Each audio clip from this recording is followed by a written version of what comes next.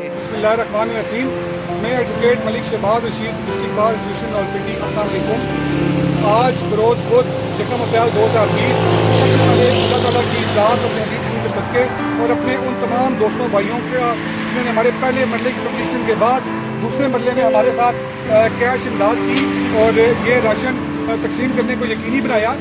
अब हम दूसरे मरले से तीसरे मरले की तरफ गामजन हैं, जिसमें हम हमारी पूरी टीम, हमारी फैमिली अपने तमाम जानने और इज़्ज़ोकारब की तरफ और दोस्तों अहबाब की तरफ उनसे रब्ता करेंगे ताकि वो अपने सरकार खैरात से ज़्यादा हमारे साथ रकम शेयर करें और हम ताकि राशन की तकसीम को मज़ीद लोगों तक यकीन ला सकें। वैसे भी रमज़ान की आमद है, इसमें आप ज़्यादा अपना हिस्सा डालें। और कैश रकम जमा कराने के लिए मेरे चाचू के नंबर पर 0307 0553182 मलिक अब्दुल हमीद रहमान के नंबर पर रब्ता करें। और आपका बहुत बहुत शुक्रिया। पाकिस्तान जिंदाबाद।